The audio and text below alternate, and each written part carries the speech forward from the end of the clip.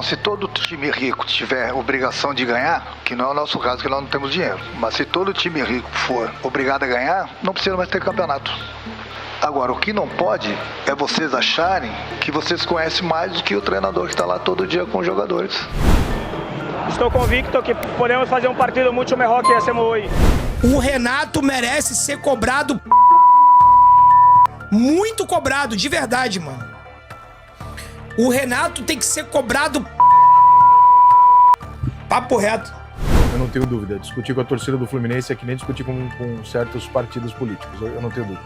100% dos problemas do Fluminense são sempre causados pelo treinador, seja o Diniz, seja o Renato, seja quem for. O time do Fluminense é fantástico. Hoje, por exemplo, você tomar um contra-ataque aos 50 minutos de jogo, aos 40 minutos de jogo, você tomar um contra-ataque, a culpa é do treinador, por exemplo. Né?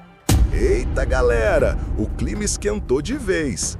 Na coletiva de imprensa, Renato Gaúcho deu uma resposta atravessada que pegou muita gente de surpresa. Thiago Silva, capitão do Fluminense, falou sério sobre a derrota. E a torcida, furiosa. É bem feito, é castigo.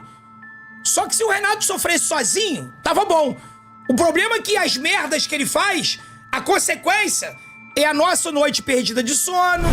Bora falar dessa treta, porque o Maracanã vai pegar fogo na volta. Renato Gaúcho não fugiu das perguntas e foi direto. Lembrou que são 180 minutos, que o confronto ainda está aberto e deu aquela resposta atravessada que deixou o clima tenso. No pensamento você viu um jogo diferente do meu. Porque no momento que eu tiro o Martinelli e coloco o Facundo, praticamente eu troquei um volante pelo outro. Porque eu senti que duas vezes no ataque do Lanús, o Martinelli não voltou a tempo, pensei que ele estivesse cansado, depois falando com ele até falou que não estava. Coloquei o Facundo no lugar dele. Hoje o Célio não estava numa noite muito boa e coloquei o Soteldo. Quer dizer, troquei um atacante pelo outro, um volante pelo outro. Depois senti que a gente estava um pouco cansado no final, eu precisava reter um pouco mais a bola, troquei o Everaldo pelo Cano e coloquei o Lúcio, meio mais ofensivo, que sabe segurar a bola, justamente porque eu pensei que a gente pudesse ganhar o jogo, inclusive.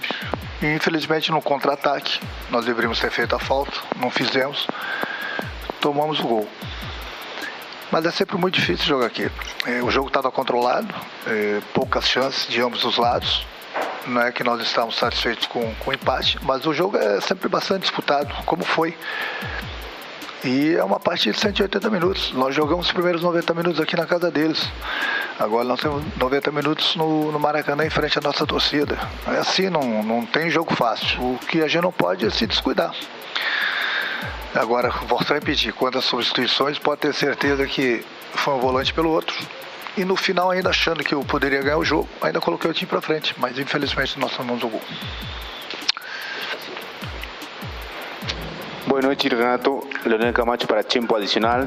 ¿Eles foram superados taticamente, fisicamente por Lanús? Gracias. Eu acho que vocês viram outro jogo também, né? Eu acho que aqui hoje vocês não viram o jogo que eu vi. Em primeiro lugar, não fomos superados porque nós tivemos 53% de posse de bola, que eu não dou muita importância para posse de bola. Tivemos mais posse de bola. O Lanús pode ter atacado mais a gente, mas chance de gol mesmo, praticamente as duas equipes não tiveram. Foi um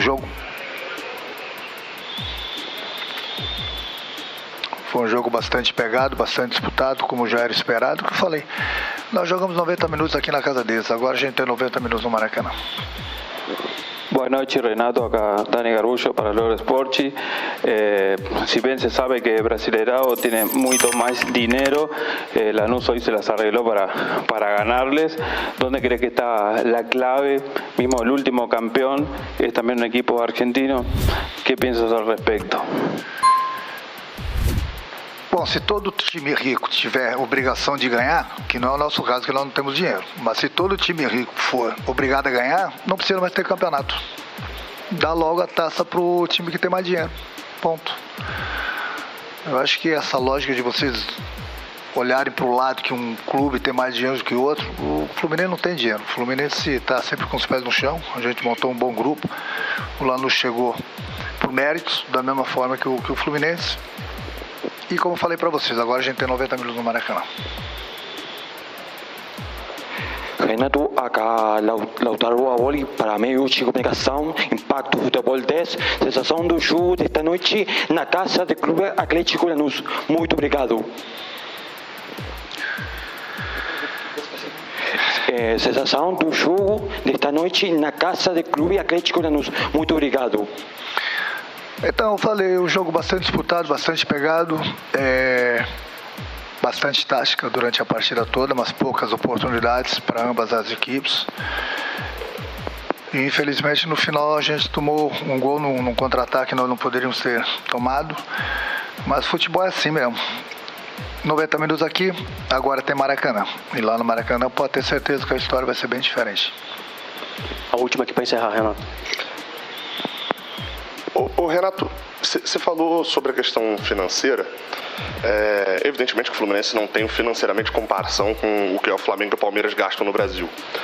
Mas, obviamente, para dentro da Sul-Americana é o elenco, junto com o Atlético Mineiro hoje, que mais gastou. O Fluminense gastou cerca, por parte dele, que a gente não tem exatamente os valores, de 100 milhões de reais em contratações nesse ano, que é um valor muito alto que o Fluminense vem gastando.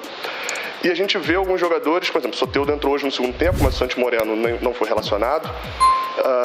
E a gente vê jogadores como o Lescano, por exemplo, que quando foi contratado foi a contratação mais cara da história do Fluminense e faz 4 meses que ele não entra em campo.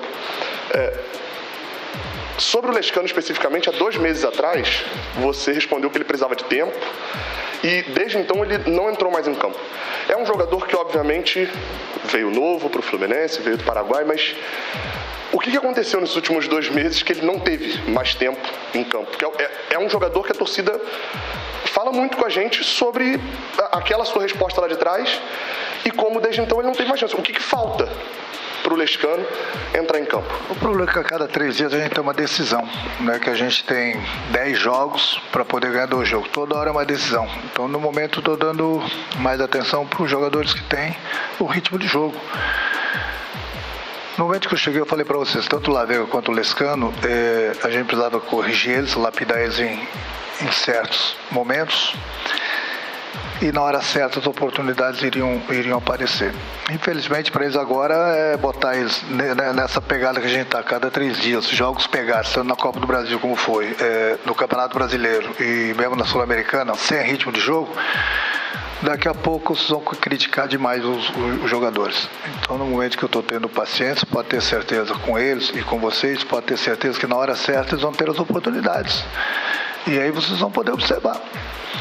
Agora, o que não pode é vocês acharem que vocês conhecem mais do que o treinador que está lá todo dia com os jogadores. O treinador só pode colocar 11 jogadores em campo e pode levar 12 para o banco. Eu estou com 30 e poucos jogadores. Eu tenho dificuldades hoje em dia até para fazer o banco. Hoje, por exemplo, o Keno ficou fora do banco. O Santi, que você citou ali, que ele nem viajou, eu estou tendo o maior cuidado com ele, justamente por isso.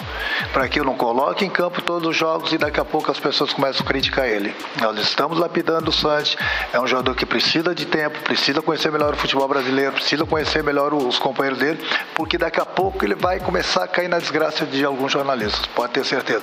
E aí vão dizer que não foi uma boa contratação, como de repente acontece. Então, vocês viram que o Arias, nos primeiros 6 meses, principalmente, ele sofreu. O Santi é colombiano também.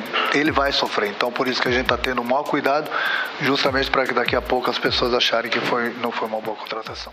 Parece que quis mandar recado para a imprensa e para a torcida. Thiago Silva foi bem mais sereno, mas não deixou de falar a real. Lamentou o gol no final e disse que o time precisa corrigir erros para buscar a vaga no Maracanã. Creio que foi um partido muito físico, sabíamos da dificuldade que era jogar assim, mas não podemos todavia correr um gol de contra-ataque no último minuto, mas só em 90 minutos que se acabou, teremos mais 90 em Maracanã, vamos ver o que vai passar. Estou convicto que podemos fazer um partido muito melhor que hacemos hoje. Hoje não hacemos o nosso jogo.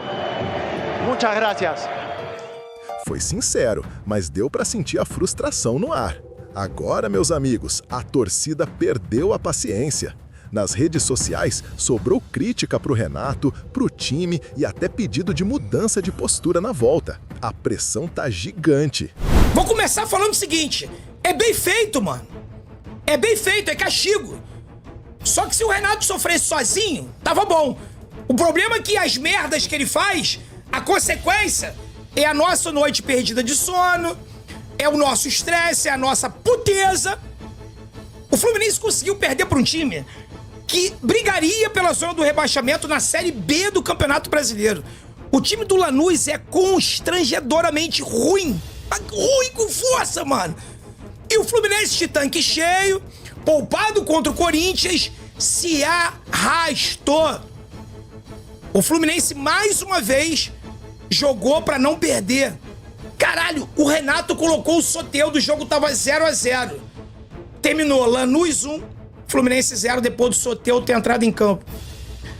Aí depois, não querem que eu fale que a contratação do Soteldo é a pior contratação da história do Fluminense em relação ao custo-benefício.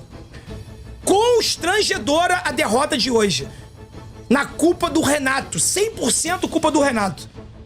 Cara, constrangedor. Eu tô muito puto, na moral. Feião, na boa, assim. O Renato merece ser... O Renato merece ser... muito cobrado, de verdade, mano. O Renato tem que ser cobrado... Papo reto. Meu irmão. Panelinha nítida e fala que roda o elenco. Mano, ele botou o Soteldo e o Fluminense perdeu o jogo de novo. Ele botou o Soteldo e o Fluminense perdeu o jogo de novo. De novo, mano. Vai tomar no... Inacreditável.